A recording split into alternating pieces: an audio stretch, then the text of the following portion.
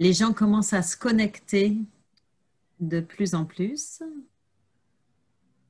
le monde arrive, donc on va attendre quelques instants. Le docteur Rodriguez et Anaïs Bouton sont en ligne, je crois. Bonsoir. Bonsoir. Bonsoir Emmanuel. Alors là, on attend, on va attendre encore un petit peu. Il est 20 heures juste. On a d'autres participants qui vont arriver, je pense. On ne va pas attendre longtemps d'un côté, mais...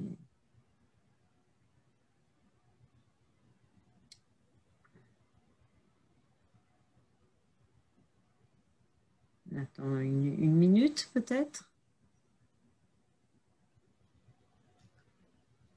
Écoutez, je vous propose de commencer la présentation. On va laisser comme ça les gens arriver. Alors, je vais d'abord me présenter. Je suis Emmanuelle Fouché, responsable événementiel à GACD. Alors, je vous remercie d'être connecté pour cette conférence sur l'hypnose thérapeutique au cabinet dentaire. Alors, c'est un webinaire qui fait partie d'une série, d'une thématique regroupée à GACD sous le thème « Qualité de vie au cabinet dentaire ». Nous avons différentes conférences comme l'aromaphytothérapie, la dentisterie et holistique, le self-défense, mais aussi le burn-out ou tout un tas de conférences sur la qualité de vie que vous pouvez retrouver sur la chaîne YouTube de GACD. Ce soir, donc, nous sommes sur l'hypnose thérapeutique au cabinet dentaire. Cette soirée est animée par le docteur Isabelle Rodriguez, qui est pédodontiste et hypnothérapeute, et par Madame Anaïs Bouton, qui est aide opératoire maxillofaciale et hypnothérapeute. Alors surtout, n'hésitez pas à leur poser toutes les questions que vous souhaitez tout au long de la conférence. Vous avez le chat qui est ouvert. Donc, elles répondront soit pendant la conférence, soit après chaque partie, soit à la fin de la conférence. Et nous retrouvons en fin de conférence pour, si vous le souhaitez, une hypnose de groupe. Très bonne soirée à vous. Et je passe la parole à nos deux animateurs. Bonsoir, je suis le docteur Isabelle Rodriguez. Donc moi, je suis chirurgien dentiste. Je pratique l'odontologie pédiatrique depuis 15 ans. Comment j'ai fait pour m'amener à l'hypnose? Tout d'abord de manière professionnelle, où en fait je voulais avoir une technique comportementale en plus afin de pouvoir gérer les enfants en difficulté, phobiques par exemple. Et donc j'ai fait une première formation il y a à peu près 8-10 ans, une formation axée pour les dentistes, qui m'a apporté des premières pièces en fait en hypnose. Et ensuite, quelques années plus tard, j'ai fait une formation complète donc, pour les hypnothérapeutes afin de pousser en fait le perfectionnement technique. Aujourd'hui, je l'utilise au cabinet, alors pas de manière systématique sur l'ensemble de mes patients, mais dès que je vois que sur un patient, il y a une difficulté, c'est une des techniques comportementales que j'utilise afin de faciliter mes soins au quotidien. Voilà. Bonsoir à tous. Ravie d'être parmi vous ce soir. Donc moi, je suis Anaïs Bouton. Je suis aide opératoire en chirurgie maxillofaciale et aussi hypnothérapeute. Je suis venue à l'hypnose il y a maintenant 5 ans. J'ai fait une première formation qui était destinée aux assistants dentaires et aux dentistes, où j'ai pu apprendre déjà les bases. Puis, je me suis pas arrêtée là. J'ai essayé de chercher une formation qui pouvait m'amener encore d'autres outils en hypnose. Donc, j'ai fait un institut, tout simplement. Je me suis formée sur divers accompagnements en hypnose. Actuellement, je l'utilise au cabinet dans lequel je suis pour aider les patients dans leur accompagnement de soins et aussi en consultation libérale sur diverses thématiques qui peut être l'arrêt du tabac, le poids, mais aussi tout ce qui est liées à des traumatismes de vie. Voilà. Donc l'hypnose, vous verrez, apporte énormément humainement. C'est ce qu'on va vraiment mettre en avant dans notre présentation ce soir, c'est qu'on va rapporter de l'humain au soin. Voilà. Donc vous allez voir apparaître tout simplement à l'écran notre synopsis qui va vous permettre exactement de comprendre comment la soirée va s'articuler. Peut-être que le synopsis va apparaître.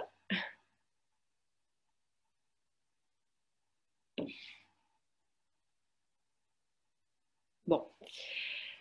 Dans ce synopsis, tout simplement, on va mettre en lumière 2 points.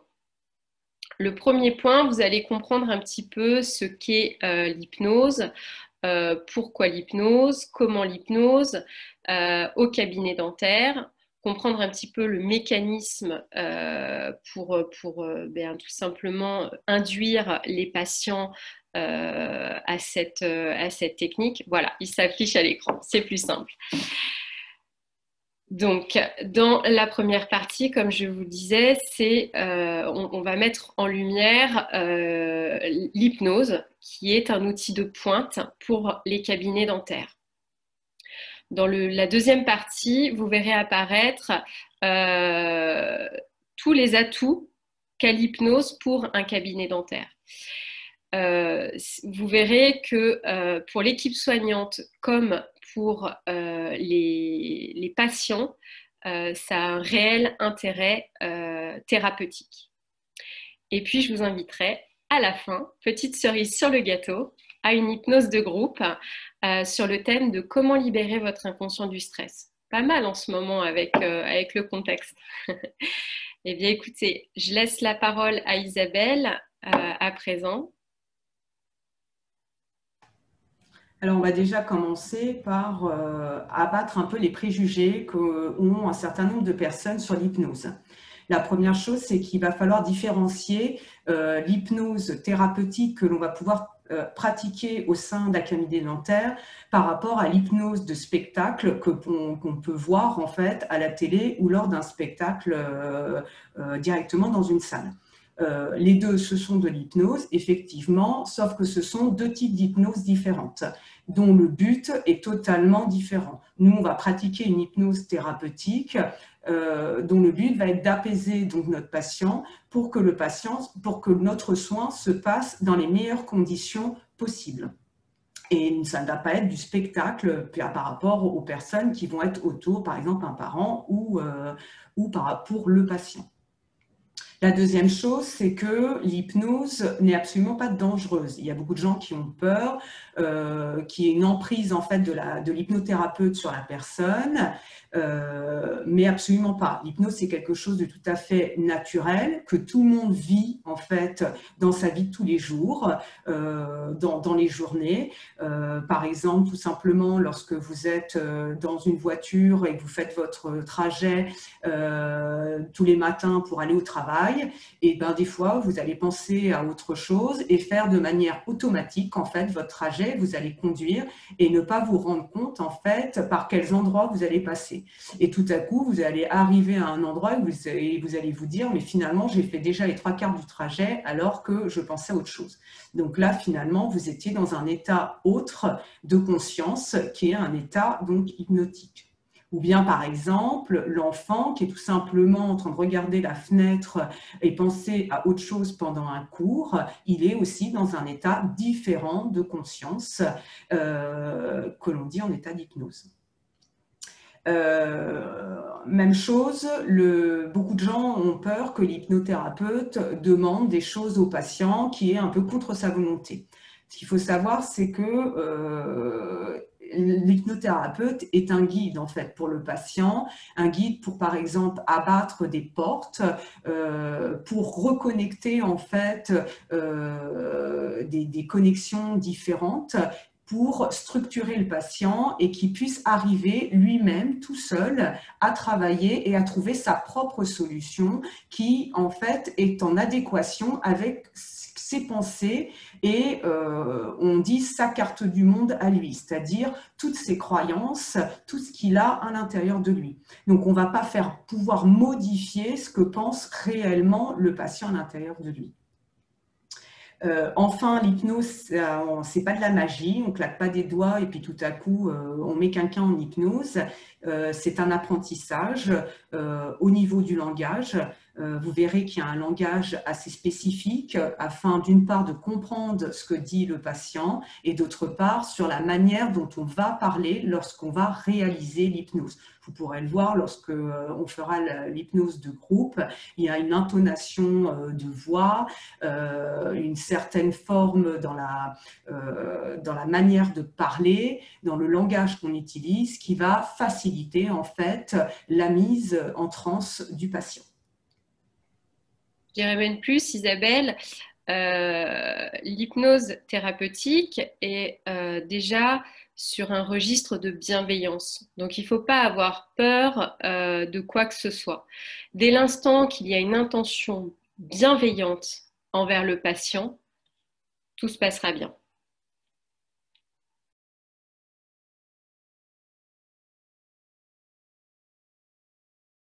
Alors, l'hypnose, comme le disait Isabelle, c'est un état modifié de conscience. C'est-à-dire que le corps, il est bien ici, bien positionné sur le fauteuil, et l'esprit, lui, il est ailleurs. Il est ailleurs en train de voyager. Il est ailleurs en train de voir de belles choses derrière les yeux. Il est ailleurs en train de construire un petit cocon de bien-être. Voilà, c'est ça quelque part. L'hypnose, c'est que le corps est bien présent sur le fauteuil et l'hypnose est partie, l'esprit est parti en voyage. L'hypnose est une pratique ancestrale qui a été mise en lumière par Milton Erickson, un psychiatre très connu aux États-Unis. C'est un outil bienveillant d'aide aux soins. Ça apporte du bien-être aux patients et à l'équipe soignante, comme je vous le disais tout à l'heure. Vous verrez qu'en pratiquant l'hypnose, tout le cabinet est dans un état de zen. C'est-à-dire que c'est une entité qui s'est créée pour le cabinet. Le cabinet dégage une image différente d'un autre cabinet. On parle avec un langage bien particulier. On ne parlera pas de mal, on ne parlera pas de douleur. On aura une attitude toujours positive. Voilà, c'est ça l'hypnose. Alors, je vois des questions qui s'affichent. Bonsoir à toutes et à tous. Durée du webinaire, s'il vous plaît. Eh bien, le webinaire sur notre présentation va durer à peu près 45 minutes. Et puis après, il y aura l'hypnose de groupe. Il faudra compter une trentaine de minutes. Voilà, ça vous va ? Juste une petite remarque. En fait, l'hypnose au cabinet, pour pouvoir faire une hypnose adaptée aux patients que vous avez en face de vous, il va falloir en fait déjà prendre des informations de la part du patient sur des choses en dehors du dentaire, ce qui va permettre un dialogue et favoriser en fait la confiance entre le praticien et son patient. Et vous allez réutiliser en fait, lorsque vous allez pratiquer l'hypnose, ce que vous a dit en fait le patient, et des fois même avec ses propres mots, afin qu'il puisse rentrer beaucoup plus facilement dans l'hypnose.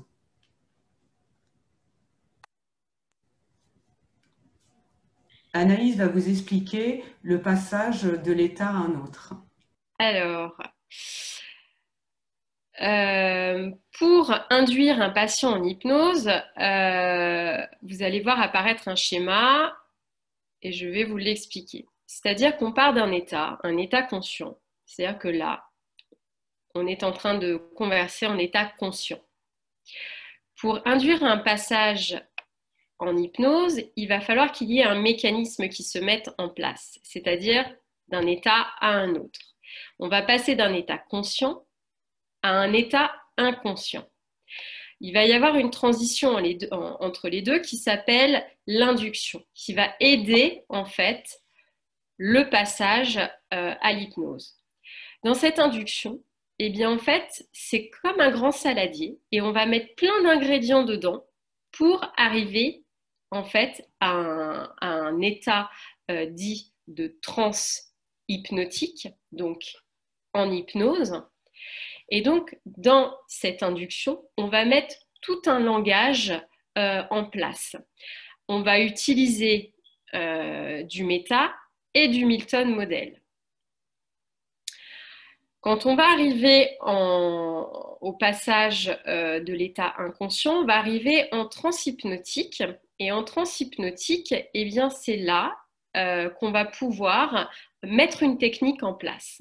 Cette technique, ça peut être, je ne sais pas, le tableau magique, le gant magique, ça peut être le pilote automatique.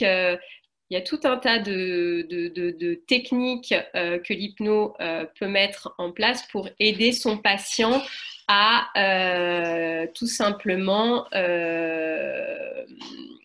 à voyager. Quand on est à cet état de transe hypnotique, on va devoir construire, amener de la matière, du langage spécifique, qui est le Milton Model.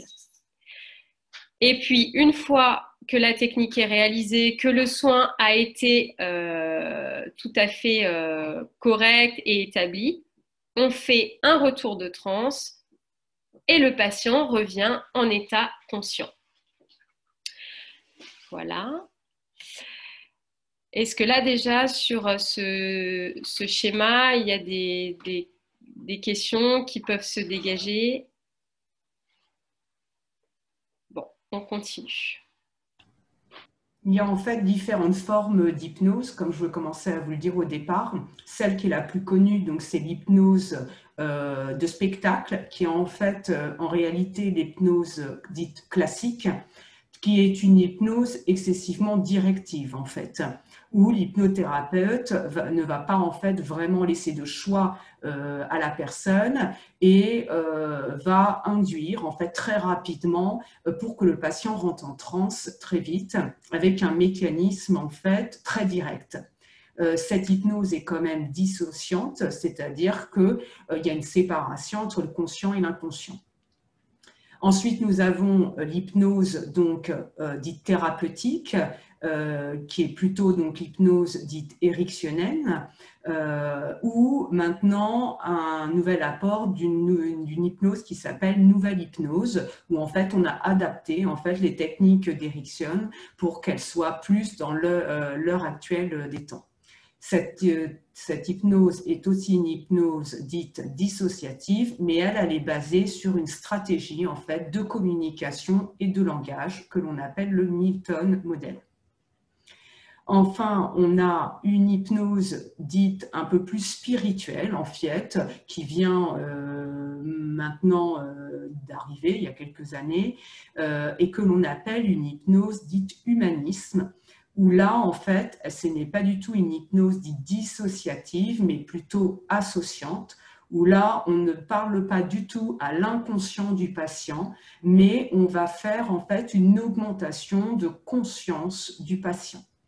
Là, c'est plus indiqué en fait afin de régler des problèmes assez profonds du patient et c'est plus en fait de l'ordre des psychologues, des hypnothérapeutes qui vont plus utiliser ce type d'hypnose que nous en fait dans une pratique dentaire où notre but n'est pas que le patient soit plus associé sur notre fauteuil mais plutôt dissocié et qu'il aille autre part lorsque nous faisons nos soins. Alors, en hypnose classique, on pourra l'utiliser lorsque, par exemple, on a un patient qui est très, très stressé et où il faut faire une induction très rapide. Moi, par exemple, je l'utilise au bloc au moment où le patient arrive et qu'on a besoin que ça se fasse très rapidement. En plus de l'anesthésie générale, on fait une induction très rapide, dite classique. Ça marche très bien, ça prend 3-4 minutes.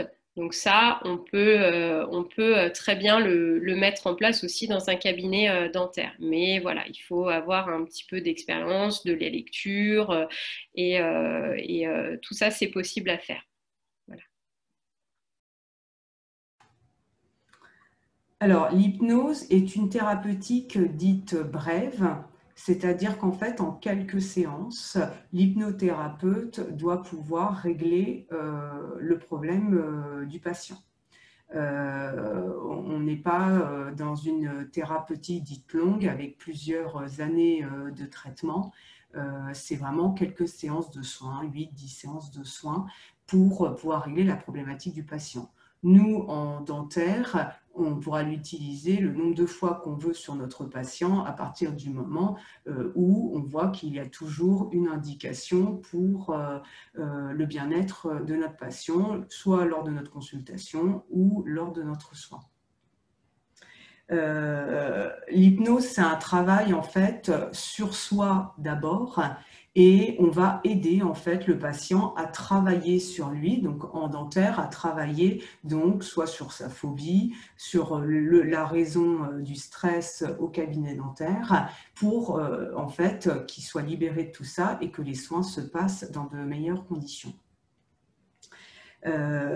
Après, de manière plus large, l'hypnose a énormément d'indications. Donc, Anaïs avait commencé à en parler, comme l'arrêt du tabac, le poids, des problèmes pour les femmes enceintes. Enfin, il y a énormément d'indications. Alors, l'hypnose pour qui? Eh bien, l'hypnose pour tout le monde. Aujourd'hui, on entend beaucoup de gens dire ah mais moi je suis pas réceptif ou réceptive à l'hypnose. Eh ben si, si. On peut pratiquer l'hypnose sur tout le monde, sauf les sujets psychotiques, c'est-à-dire qui ont une pathologie psychiatrique avérée, les schizophrènes, les bipolaires, les borderline, les grands dépressifs. On ne va pas pratiquer d'hypnose ericksonienne sur ce genre de profil. Pourquoi? Parce que ce sont des profils qui sont déjà dissociés dans leur tête et nous, on utilise en hypnose ericksonienne une technique dissociante. Donc, on ne va pas aggraver le cas. On peut pratiquer de l'hypnose sur tout le monde. Encore une fois, on fera de l'hypnose sur une personne qui en a envie.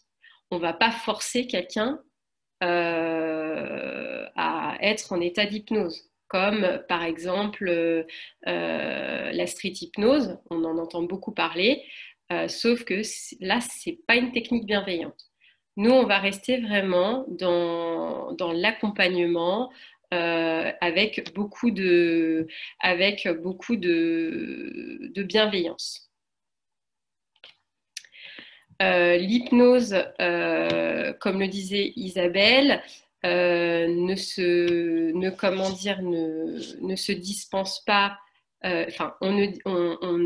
L'hypnose ne dispense pas et ne se substitue pas aux soins ni aux médicaments. Ça, il faut bien insister dessus parce qu'on a des patients qui veulent arrêter tous les traitements et se disent qu'avec l'hypnose, ça va être miraculeux. Non, on prend chaque élément à la suite. On dit bien aux patients, voilà, on continue le traitement et l'hypnose vient en complément, une forme d'accompagnement. Alors, l'hypnose au cabinet, on va pouvoir l'appliquer en fait un peu comme on peut le décider. C'est-à-dire qu'en fait, par exemple, lors d'un traumatisme, moi j'en ai fréquemment, dès en fait l'appel téléphonique, des suggestions hypnotiques peuvent être déjà dites au téléphone par la secrétaire afin de calmer et de rassurer en fait le patient et la maman en fait ou le papa avant l'arrivée au cabinet. Ensuite, à l'arrivée du cabinet, lorsque les parents et l'enfant rentrent dans la salle d'attente, là aussi, en fait, on peut en fait commencer notre hypnose dès la salle d'attente si on le désire. Ensuite, on peut aussi bien l'appliquer pour une première consultation, si on voit déjà que notre patient ne connaît pas l'environnement, en particulier chez les petits. On peut aussi l'appliquer naturellement au cours de n'importe quel soin, qu'il soit long ou rapide, en fait, on peut le faire. Alors, plus le soin est long, plus la transe durera un certain temps, mais on peut l'appliquer absolument quand on veut. Ça peut être programmé au sein d'une séance ou non programmé lorsque vous avez décidé, voilà, en voyant le patient, pourquoi aujourd'hui il a une sensation différente par rapport à d'autres fois où il n'y avait pas de souci. Et là, l'hypnose peut être faite tout de suite si vous le décidez. En fait, c'est vous qui décidez à quel moment et ça peut être fait n'importe quand au cabinet dentaire.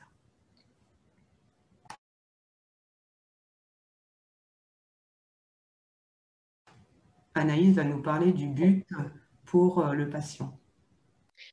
Pour le patient, on va voir qu'il y a beaucoup d'avantages à recevoir de l'hypnose. Le patient va lâcher prise et donc être plus détendu. L'équipe soignante aussi, du coup. Ça va diminuer le stress du patient, ses angoisses, ses peurs. Le patient va être beaucoup plus réceptif aux soins. Ça va aider aussi le patient à comprendre, à accepter et à gérer la situation de soins. La gestion de la douleur sera mieux ciblée, donc le patient va se canaliser, donc le soin va être beaucoup plus simple. L'hypnose va venir en complément ou remplacer l'anesthésie. On va appeler cette technique l'hypno-analgésie. L'hypnose va permettre de dédramatiser le soin, puisque le patient sera dans sa petite bulle, dans son petit confort de bien-être. Le patient va aussi avoir moins de réflexes nauséeux, par exemple. Moi, je l'utilise pour par exemple, la prise d'empreinte de gouttière de bruxisme. On s'aperçoit qu'en utilisant l'hypnose, eh bien, le patient se calme, écoute la voix et en fait a complètement oublié le réflexe nauséeux qui s'était mis en place. Pareil avec tous les instruments en bouche, eh bien, quelquefois ça peut être un petit peu intrusif. Eh bien là, le patient, lui, il est ailleurs, il est dans son voyage, il est dans sa petite bulle de confort. Donc, tout se passe très bien et pour l'équipe de soins et pour le patient. La gestion aussi du flux salivaire et du flux sanguin sont gérés par l'hypnose, puisqu'en fait, comme le patient est en état de calme, eh bien, il va avoir moins de flux salivaire. Et pour le sang, eh bien, du coup, comme il va être calmé, il y aura une activation moindre. Le patient va être en distorsion du temps, donc ce qui va lui permettre en fait d'être détendu et de ne pas se rendre compte exactement du temps qu'il passe en soins. Donc ça va être un confort aussi pour le praticien et l'assistante, puisqu'en fait, on n'aura pas un patient qui dira vous avez presque fini, on en est où? Non, ça sera géré. Il n'y a pas d'effet secondaire pour le patient, c'est-à-dire qu'une fois qu'on a fini la séance de soins et d'hypnose, eh bien, le patient peut tout à fait repartir à une réunion et à son activité de travail. Voilà.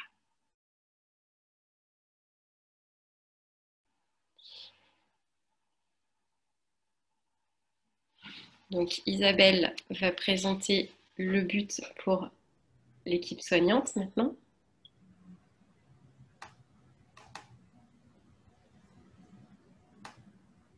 Alors, pour l'équipe soignante, l'atmosphère, en fait, lorsqu'on fait une hypnose est complètement différente parce que tout le monde est centré donc, sur le patient. On parle d'une manière particulière, très lente. Et donc, des fois, il y a même des temps de silence. Même si on peut avoir de la musique en fond ou pas, c'est une atmosphère complètement apaisante qui permet même à l'équipe soignante de gérer son propre stress. Il y a moins de fatigue en général. Alors, dans les premiers temps, quand on fait de l'hypnose, on est quand même très concentré. Donc là, on a de la fatigue. Mais au fur et à mesure du temps, quand on a l'habitude, en fait, l'équipe soignante, assistante dentaire et praticien sont moins fatigués quand même à la fin de la journée. La cohésion d'équipe est très importante, encore plus lorsque l'assistante est formée avec le praticien, puisqu'il y a des techniques d'induction à double voix qui existent, qui permettent de favoriser la rentrée en transe du patient. Et là, en fait, il faut une cohésion impeccable entre les deux personnes afin de pouvoir faire une bonne hypnose. Et ça, le patient, il le ressent et il vous le dit en fait lorsqu'il voit en fait le rapport entre l'assistante dentaire et le praticien. Ça nous permet de solliciter en fait nos créativités. Donc même si bien sûr on essaye de sortir, de chercher les ressources du patient, ses hobbies, ce qu'il aime bien faire, on va partir de là, mais il va falloir à tout moment en fait créer et réagir en fait par rapport à la situation qu'a le patient. Donc, on va vraiment se centrer sur notre patient et l'accompagner au fur et à mesure du soin. On est dans une communication dite positive, où bien entendu, il y a une terminologie qui va être adaptée, une autre qu'on va éviter, afin d'avoir vraiment une ambiance bien apaisante et bienveillante. Donc le soin peut être très ludique, par exemple, chez l'enfant, qui lui part très facilement dans l'imaginaire. Donc pour lui, des fois, la séance de soins, en fait, n'a été limite qu'un amusement, puisqu'il est parti, en fait, dans un autre endroit. Il ne s'est pas forcément rendu compte, en fait, de l'acte que l'on a réalisé.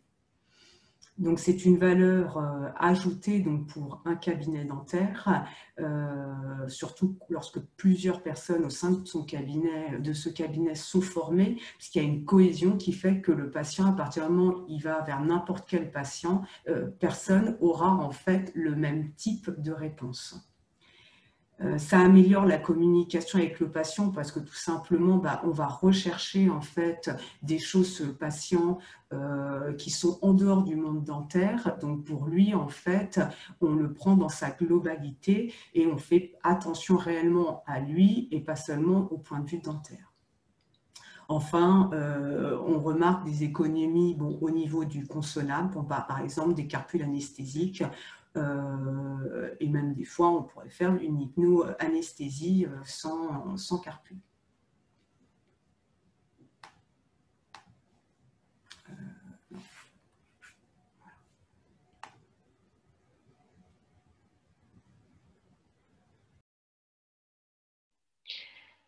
Donc pour l'assistante dentaire, formée à l'hypnose, on va voir que ça apporte sur le plan professionnel une revalorisation de la qualification d'assistante dentaire, puisque ça va permettre à un cabinet d'avoir des assistantes avec un savoir-faire supplémentaire.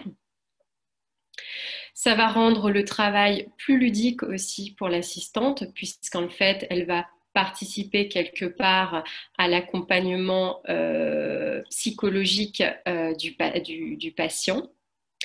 Ça va améliorer aussi la relation patient-assistante, puisqu'on s'est aperçu que les assistants qui pratiquaient de l'hypnose, les patients se confiaient plus facilement, et donc ça permettait aussi de comprendre mieux l'état de santé de celui-ci. Ça permet aussi à un cabinet d'apporter une autre manière de communiquer. Donc, comme le disait ma collègue Isabelle, c'est une vraie entité qui se crée au sein du cabinet. Ça permet tout à fait de mettre en avant un cabinet plutôt qu'un autre. Et aussi, on verra qu'il y a une meilleure gestion du stress, parce qu'il est vrai que quand on est assistant dentaire, on est amené à gérer énormément de choses, et l'hypnose va permettre de pouvoir se réguler.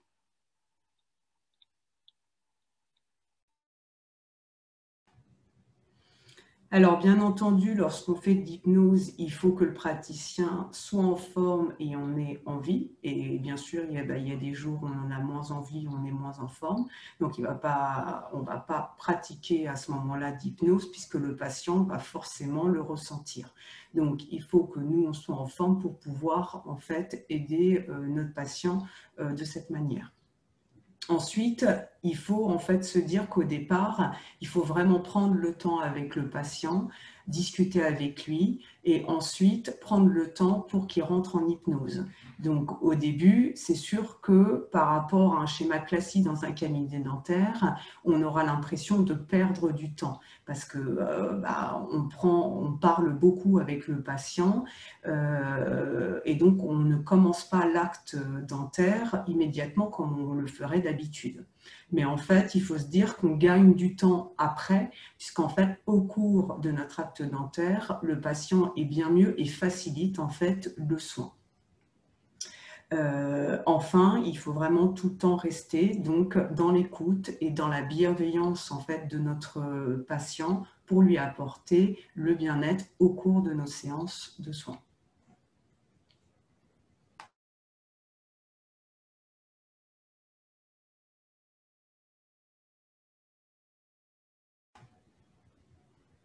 Anaïs va nous parler de la formation. Alors, donc, la formation que nous proposons, Isabelle et moi-même, s'intitule Transformation. Donc, c'est une formation qui va se passer sur 5 jours.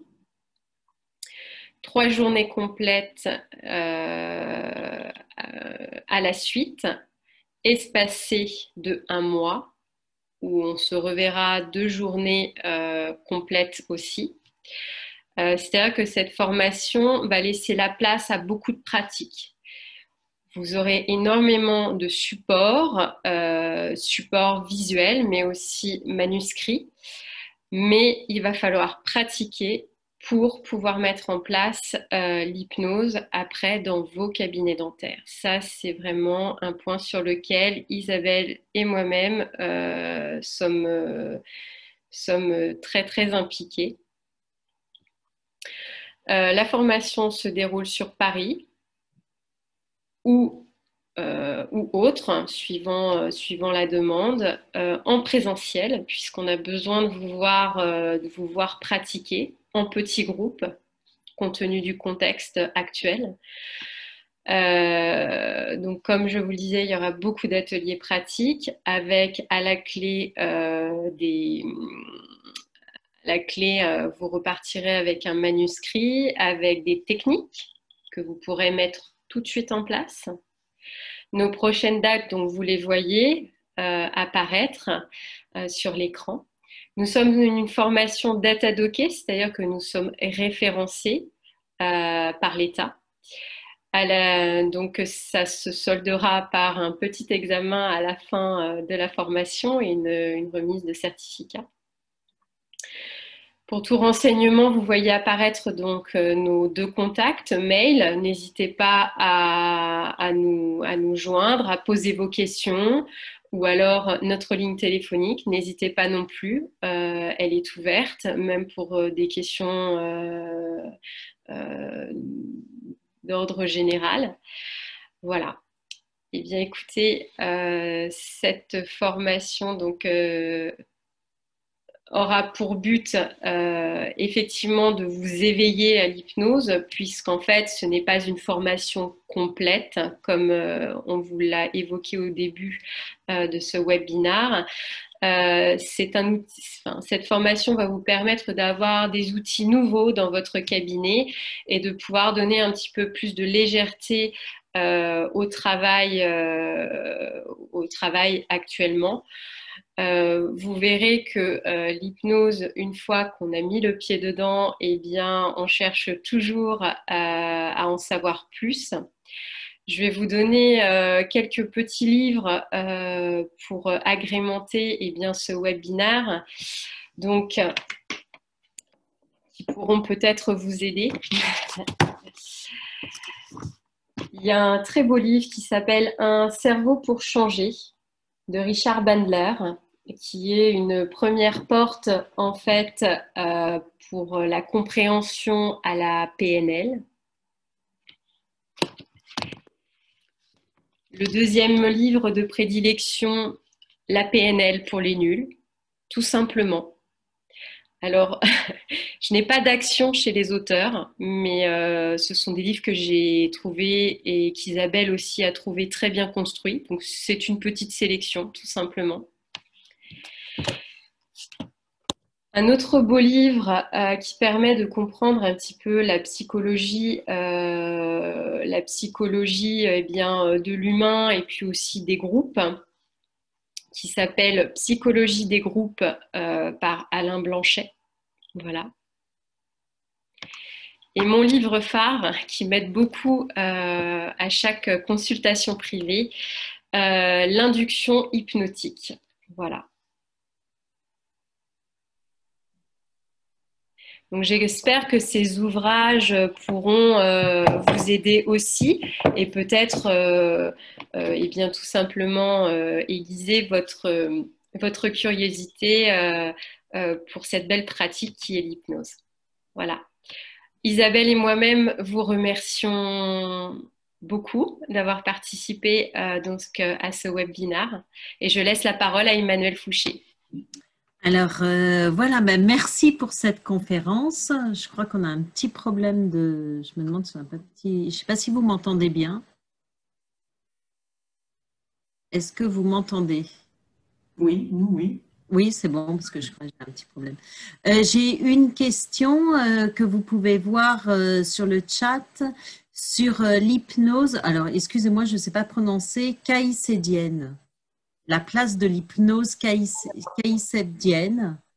Ce n'est pas une hypnose, c'est de la sophrologie. Donc, ce domaine-là ne me concernera pas. Donc, je ne pourrai pas répondre à cette question. Il faudra bien sûr s'adresser à un sophrologue. D'accord, donc ça c'était une question de Slim Chati. Et moi, si vous avez d'autres questions, n'hésitez pas sur le chat à nous en faire part. Parce que moi j'avais une question, est-ce qu'on doit parler à ces patients qu'ils sont sur hypnose, quoi? Comment ça se passe quand on arrive dans un cabinet dentaire? Moi par exemple, j'ai eu mon fils qui a fait de la pédodontie, qui avait très très peur du dentiste. Et en fin de compte, j'ai découvert beaucoup plus tard qu'il était sous hypnose. Alors, est-ce qu'on doit dire aux patients adultes ou à ses parents que le cabinet dentaire pratique l'hypnose? Bah, écoutez, Emmanuel, moi je l'évoque. Je sais qu'il y a certains praticiens qui ne veulent pas l'évoquer. Moi, je sais que quand mes patients sont sur le fauteuil, je leur. Après, après, c'est une question de feeling. Moi, j'ai des patients pour qui, voilà, bon, je le dis pas. Et il y a des patients, voilà, d'emblée, je leur dis, bah, écoutez, est-ce que vous voulez qu'on fasse intervenir de l'hypnose qui peut vous aider à, voilà, à recevoir le soin plus calmement et puis voir peut-être une autre perspective. Et en général, quand on leur tend la perche, je peux vous assurer qu'ils sont preneurs. D'accord. Ça dépend, voilà, ça dépend un petit peu le praticien, comment il se sent par rapport à cette pratique-là. Moi, je me sens tout à fait libre, donc je l'évoque. Après, on n'est pas obligé. On peut le faire sans le dire, on peut le dire, on peut appeler ça différemment, une technique de relaxation. Mhm. Tout dépend. Voilà. Il y a beaucoup de cabinets qui pratiquent l'hypnose. On en est où à ce niveau-là? Oui, oui, il y a beaucoup de cabinets qui pratiquent l'hypnose. Il faut savoir que nos voisins suisses et allemands sont très, très dans la pratique.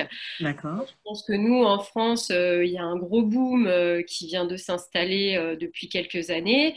Il y a beaucoup, beaucoup de praticiens qui se forment et moi, j'encourage aussi bien les assistantes que les praticiens voilà, à mettre un pied Mhm. dans cet outil parce que je ne vais pas dire que c'est le monde des bisounours et c'est révolutionnaire, mais il y a un réel avantage et puis, une fois, je vous dis, une fois qu'on a mis le pied dedans, eh bien, on s'ouvre à d'autres techniques. Et ça, c'est merveilleux sur le plan personnel de pouvoir se nourrir chaque jour de nouvelles connaissances.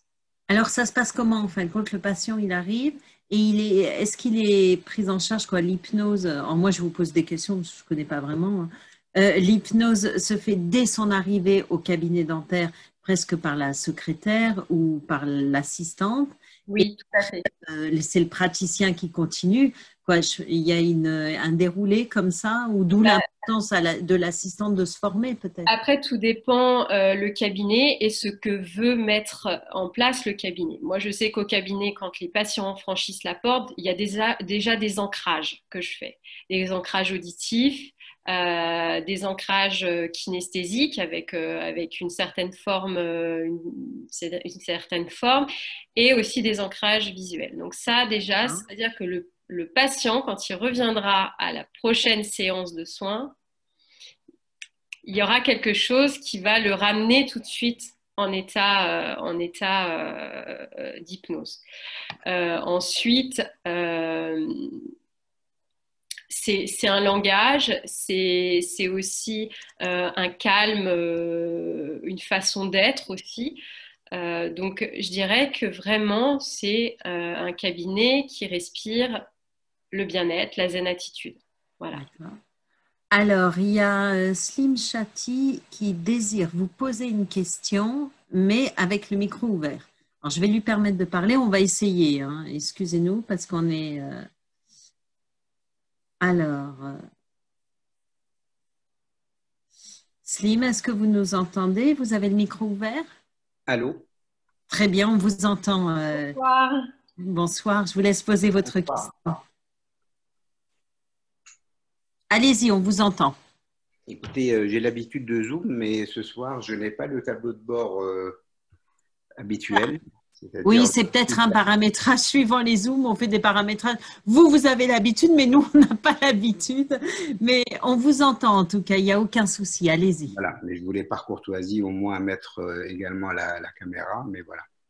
Je voulais vous poser la question, si vous savez qui est le pionnier de l'hypnose au cabinet dentaire et de ces pratiques-là. Bah écoutez, au cabinet dentaire, pas forcément, mais Parce que je voulais vous partager mon expérience. Ah ben allez-y, monsieur, c'est toujours bon à prendre. Allez-y, on est ouvert. Le, le pionnier de l'implantologie dentaire en France s'appelle Raphaël Cherchel. Il a introduit ça dans les années 50. C'était les implants aiguilles et les implants tripodes.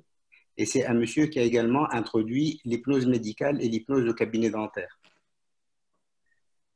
Voilà, je voulais partager ça. Ben, merci. Et sa base de départ, moi, l'hypnose ericksonienne, j'en entends parler seulement depuis un temps bon, assez récent. Je ne sais pas exactement ce que c'est, mais j'ai appris avec ce monsieur qui était vraiment un confrère de très grande qualité, une hypnose dont les bases sont le training autogène de Schultz, qui est une technique de relaxation médicale, Oui, tout à fait. voilà, et la sophrologie caïcédienne également.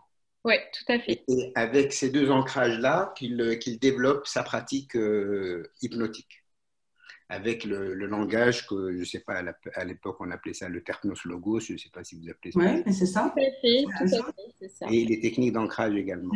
Alors, vous verrez dans l'hypnose de groupe que je vais animer, je vais utiliser à un moment donné beaucoup de terpnos logos, vous verrez. En fait, le terpnos logos, c'est quoi? C'est un timbre de voix. Oui, c'est un langage, c'est un rythme de voix également. C'est un- Voilà. Ça s'apprend, ça s'apprend, hein, c'est une vraie technique, hein. Mais c'est-à-dire qu'on se calque sur un timbre de voix qui va accompagner pendant tout un temps. Voilà, c'est ça. C'est un ton un peu monocorde qui va permettre, en fait, tout simplement, eh bien, de calmer la personne. C'est-à-dire qu'on va se calquer aussi sur la respiration de la personne. On va faire du calibrage. Voilà. Disons que j'étais un peu étonné qu'en parlant d'hypnose au cabinet dentaire, on ne parle pas de ce monsieur-là qui était à l'époque, disons, quelqu'un de très très important, quoi. Il faut. Malheureusement, si vous saviez, on aurait pu parler de nombreuses personnes encore. Non, mais Mais celui-là, c'est un confrère en plus. non, C'est mais un dentiste. si vous voulez, il faut faire une sélection. Il faut faire une sélection. Il faut aller au plus concis. Et c'est vrai que, eh bien, effectivement, le plus concis, c'était enfin, pour aller vraiment droit au but, c'était Milton Erickson. Voilà, voilà. Excusez-moi, vous pratiquez vous-même l'hypnose en cabinet? Moi, j'ai pratiqué l'hypnose en cabinet. D'accord. Maintenant, j'ai quitté la profession il y a 2 ans et Mhm. j'avais une pratique parallèle et annexe qui était la préparation mentale des sportifs de haut niveau. Ah oui, d'accord. En technique de préparation mentale pour les sportifs de haut niveau, Mhm. c'est surtout les TCC qui sont utilisés, les thérapies cognitivo-comportementales, plutôt ça. D'accord. Et moi, j'utilisais beaucoup les apports de l'hypnose que j'avais apprises dans les années 80 avec Raphaël Cherchel. Et ça a été extrêmement impactant. J'ai une question qui m'intéresse beaucoup. C'est, vous avez évoqué la PNL, que je ne connais pas. C'est quoi la PNL par rapport à l'hypnose? Eh Quelle est bien, la relation PNL-hypnose? eh bien, en fait, si vous voulez, la programmation neurolinguistique, c'est tout un langage qui va permettre tout simplement d'accéder en fait à un autre langage qui sera le Milton modèle. Alors, la PNL, justement, si vous faites du coaching de sportifs de haut niveau, la PNL est fortement recommandée. C'est l'une des techniques les plus répandues. La programmation neurolinguistique, elle est basée sur différents domaines d'application, de résultats. Et donc, sans PNL, on ne peut pas avoir d'hypnose, en fait. Voilà, c'est un tout. La PNL plus l'hypnose, c'est une technique, c'est l'outil, en fait, l'outil. Voilà. Mais je peux vous dire que le terme de PNL n'existait pas il y a C'est 40, vrai, 45 monsieur. ans. C'est vrai. C'est vrai parce que, Bon, en à fait, l'époque, voilà. les fondateurs, donc j'ai donné un livre tout à l'heure, lequel, je ne sais pas si vous avez pu le noter, qui s'appelle Un cerveau pour changer, qui a été écrit par Richard Bandler, qui est donc le créateur en fait de la programmation neurolinguistique. Voilà. D'accord. Vous retrouverez dans cet ouvrage pas mal de techniques de PNL qui vont vous permettre voilà, de mieux comprendre le mécanisme de chacun, la carte du monde de chaque personne. Parce que vous voyez le monde d'une telle manière et moi, je le vois d'une autre. Oui, en coaching, on appelle ça la mise à plat des représentations. Parce que chacun, la mise à plat des représentations. Tout à fait. Voilà, moi j'appelle ça une carte du monde. Vous, voilà, vous l'appelez différemment. Donc, en fait, la PNL, ça permet tout simplement de parler sur les mêmes niveaux, en fait. Hein. Voilà, on nous apprend par quel biais, comment faire. Après, vous avez aussi de l'analyse transactionnelle. Je ne sais pas si vous en avez entendu parler. Moi, je suis très fan. Comment? C'est Eric Berne. Oui, tout à fait. Moi, je suis très fan. C'est vrai que j'utilise un mix de tout dans les consultations. Mais c'est vrai que, bon, pour le cabinet dentaire, honnêtement, la programmation neurolinguistique, voilà, ça va être un état, enfin, ça va permettre de se mettre, comment dire, dans un état de bienveillance, de parler positif, de suggestions positives, voilà. Mais on ne va pas l'utiliser vraiment, on ne va pas faire du coaching, on va pas faire du coaching en cabinet. Hein, voilà. Tout le monde peut se former à l'hypnose thérapeutique, tous les praticiens, il n'y a pas de… Mais bien sûr. Bien oui, sûr, tout le monde, mais il n'y a pas un prérequis pour se former. Il faut juste avoir envie et puis d'être un peu créatif. Et voilà, ça se passe très bien dès qu'on est dans la bienveillance, dans l'accompagnement, qu'on aime l'autre, eh bien, je dirais que l'hypnose devient tout à fait fluide. Hein. Je ne sais pas ce que tu en penses, Isabelle, mais moi, en tout cas, je le vois comme ça. Je suis tout à fait d'accord avec toi. Tant que le praticien veut se donner les moyens, parce que par contre, voilà, pour se former, il faut vraiment s'impliquer. Enfin, il y a beaucoup de travail quand même, mais après, c'est accessible à n'importe qui, il n'y a aucun souci, tant que on va faire attention aux patients qu'on a en face de nous, en fait. D'accord. C'est la représentation du praticien. Tout à fait, tout à fait.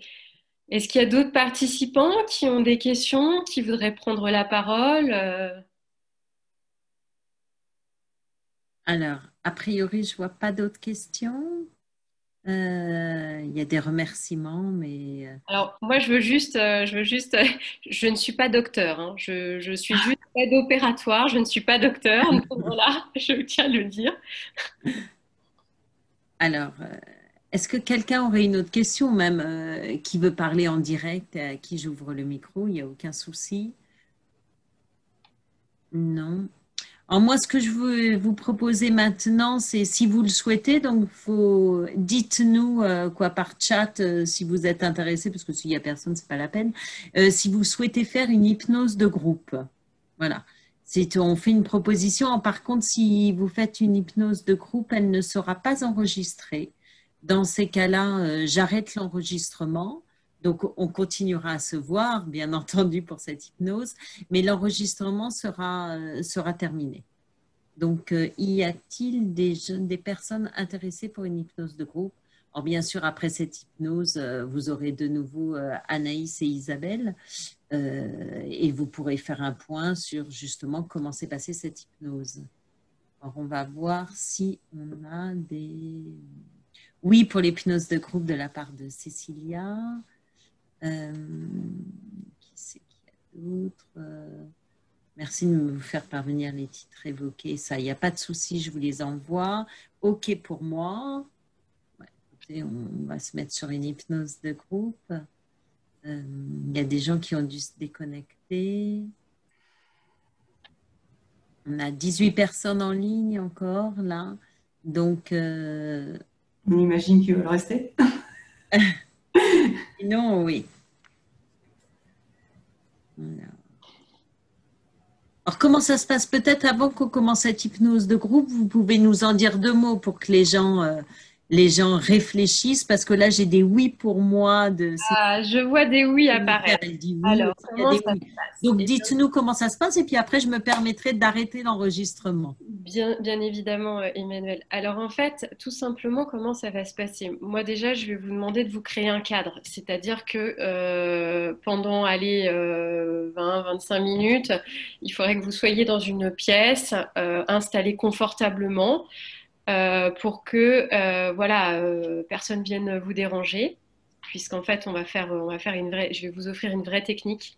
Voilà, c'est mon petit cadeau de ce soir. À cette hypnose, eh bien, écoutez, elle va durer à peu près, oui, allez, ouais, 25 minutes, allez, même si je déborde un peu 30. Donc, je vais faire cette hypnose sur le thème de libérer son inconscient du stress. Vous verrez que c'est une technique très douce qui va vous permettre de vous ressourcer intérieurement et d'affronter bien les semaines qui vont arriver avec beaucoup plus de sérénité. Voilà. Eh bien, écoutez, voilà. S'il y a des questions autour de ça, je suis encore disponible. Allez-y. Donc, apparemment, non. Donc, moi, ce que je vais faire, je vais suspendre l'enregistrement. Comme Merci ça, Emmanuel. Voilà. vous allez pouvoir faire cette hypnose et on pourra peut-être reprendre l'enregistrement. Je ne sais pas, soit on arrête, soit on verra. Sinon, on reprendra l'enregistrement à la fin de l'hypnose pour faire un débrief, en fin de compte, de cette hypnose de groupe. Eh bien oui, tout à fait. Ben, très bien, on fait comme ça. Donc, moi, je suspends. Alors, il faut que j'appuie sur le bon bouton, suspendre l'enregistrement. Voilà, c'est fait. Alors, merci Anaïs. Je viens de reprendre l'enregistrement. Comme ça, voilà, j'informe les gens qui vont voir le webinaire en replay que donc je reprends. Nous avons fait une hypnose de groupe et maintenant elle est terminée. Et je ne sais pas si nous avons des questions. Je voudrais savoir si tout le monde va bien, ce que vous avez ressenti. Donc, ben, je vous laisse la parole. Je ne sais pas par chat ou si vous voulez que je vous ouvre le micro. Donc, il faut me le dire. Parce que c'est vrai que bon, comment vous vous sentez après cette hypnose de groupe? Si vous ne me répondez pas, ça va être inquiétant. Si tout le monde est encore endormi, moi je ne sais que faire. Ça m'embêterait de terminer comme ça. Après, On m'entend bien, Emmanuel, moi. les participants qui ne sont pas encore revenus d'hypnose, bon, c'est pas très grave. Il y a certaines personnes qui vont s'endormir.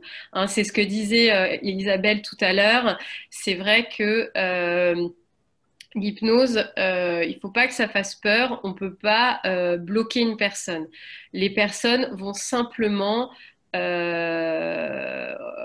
simplement s'endormir en fait. Hein. D'accord. Alors, j'ai des réponses quand même. Alors, j'ai Jennifer qui dit très détendue et relaxée. Donc, ça, c'est super. J'ai Mickaël, alors excusez-moi, je ne vois pas toujours très bien les noms. Très bien, j'avais mal au dos avant de commencer. Croyez-le ou non, ça va mieux. Ah bah écoutez, j'en suis ravie pour vous, monsieur. En tout cas, c'est avec Alors grand ça, plaisir. c'est quand même super. C'est vraiment très, très bien. Est-ce qu'on a d'autres sentis? Non, tout le monde va bien, au moins, j'espère. Ou a priori, comme vous dites, Oui, tout le monde va bien, sauf hypnose, que je pense que légère pour en webinar. Alors, j'ai un nouveau message. On a un nouveau message qui est Jennifer qui dit merci beaucoup. eh bien, avec beaucoup de plaisir, Jennifer, j'espère que cette séance vous aura plu et qu'elle vous aura permis ben, de découvrir toute la bienveillance autour de ce moment. Alors, en tout cas, n'hésitez pas si vous avez des questions par la suite. Donc, vous avez les coordonnées. Peut-être on peut les remettre si. Alors, on n'a pas, j'ai pas de nouvelles de Monsieur Slim Chati qui faisait Oui, tout partie à de fait, qui l'hypnose doit de être toujours groupe. J'espère que présent. ce Oui. monsieur est revenu.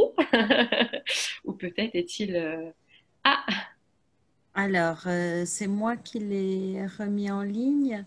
Si vous voulez dire quelque chose, Monsieur Slim Chatti? Vous pouvez m'appeler Slim déjà. Slim, très bien. Moi, ça m'a, à un moment donné, vous avez posé la question si vous partagez avec le patient le fait de votre pratique de l'hypnose ou pas. Moi, j'ai toujours parlé et pratiqué une hypnose que je dirais, que j'appellerais consentie et participative. Parce que D'accord. pour moi, l'hypnose ne fonctionne, disons, qu'avec le consentement du patient. C'est extrêmement important.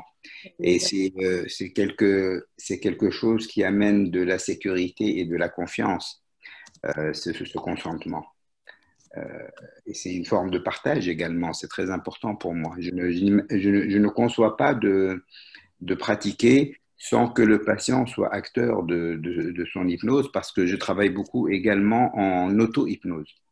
Parce que le patient, quand il repart chez lui, et quand je parle d'auto-hypnose, je parle d'autonomie dans l'hypnose, c'est-à-dire il doit être capable de se remettre dans cet état qui est bénéfique et positif pour lui. C'est important. Oui, oui, c'est tout à fait ça, hein. Bah, c'est l'auto-hypnose, hein. Moi, je l'utilise beaucoup, enfin, je l'utilise moi-même personnellement.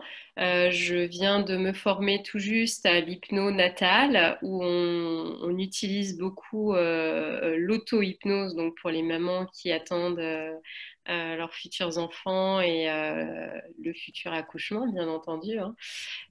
Donc, c'est vrai que je vous rejoins et j'insiste là-dessus.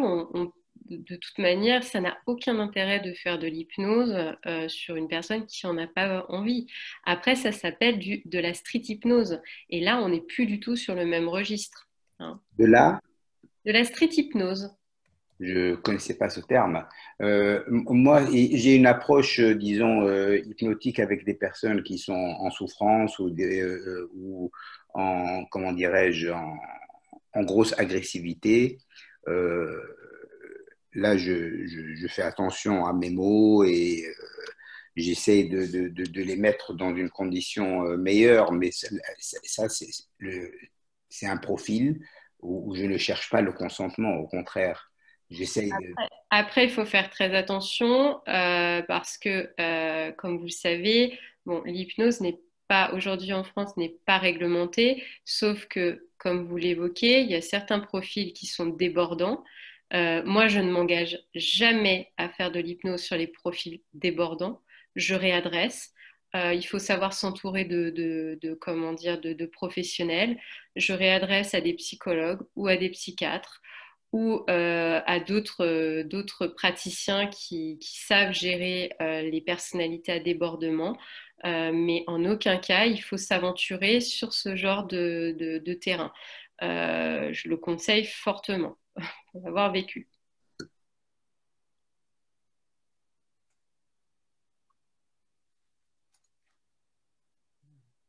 Voilà. Alors, merci Anaïs et Isabelle. Isabelle, je ne sais pas si vous voulez nous dire un dernier mot, peut-être. Écoutez, j'ai été contente de participer. J'espère que tout le monde a appris des choses, et du moins a fait connaissance avec l'hypnose grâce à cette hypnose de groupe. De toute façon, les participants ont vos coordonnées. Ils pourront revoir dès lundi matin cette conférence sur la chaîne YouTube GACD. Et j'ai envoyé mon email par chat. Donc, pour toute question, toute information supplémentaire, n'hésitez pas à me contacter par le chat. Je vous répondrai sans aucun problème. Et nous allons mettre les livres aussi dont Anaïs Bouton nous a parlé. Je vais les noter, je vais les mettre en ligne. Et comme ça, vous aurez tous les renseignements possibles. Bonsoir, je souhaiterais le contact d'Isabelle. Est-ce que vous pouvez remettre la slide avec vos coordonnées? Oui. Attendez. Comme ça, tout le monde aura les coordonnées, mais surtout, vous pouvez n'hésitez pas, sinon vous me contactez. Ah, je suis une amie de promo et ça me ferait plaisir de la retrouver. Ben, vous voyez, Isabelle, sur les réseaux sociaux, même en conférence, on Même en conférence, retrouve ça, je trouve. Isabelle est populaire. Ah oui, oui. Populaire. Alors, c'est voilà, la slide apparaît. Donc, vous avez les adresses email et un téléphone d'Isabelle et Anaïs pour Voilà. transformation. Et puis, je pense qu'on va refaire d'autres conférences. Hein, En tout cas, merci beaucoup pour avoir participé à cette conférence. C'est vrai que c'était notre premier format sur Zoom. Écoutez, j'espère qu'il vous a plu. Et oui, effectivement, Emmanuel, on en refera certainement d'autres avec grand plaisir et avec des hypnoses de groupe différentes. voilà. Et si vous voulez aussi des thématiques vraiment, là c'était une hypnose, une conférence un peu générale, effectivement, mais si vous êtes intéressé, on peut aussi faire des modules un peu plus spécifiques. En tout cas, envoyez-nous vos questions et il n'y a aucun souci, on vous y répondra. Je vous souhaite, merci beaucoup Isabelle Rodriguez, vraiment infiniment merci de la part de GACD. Merci Anaïs Bouton aussi. On est ravis de vous avoir eu pour cette soirée. Un grand plaisir partagé. C'était un grand plaisir. Et ben, merci aussi Bonne soirée. participants. Très bonne soirée à tous. Et nous quittons l'antenne, comme on va dire. Au revoir. Bonne soirée. Bonne fin de soirée. Au revoir, bonne Au soirée. revoir.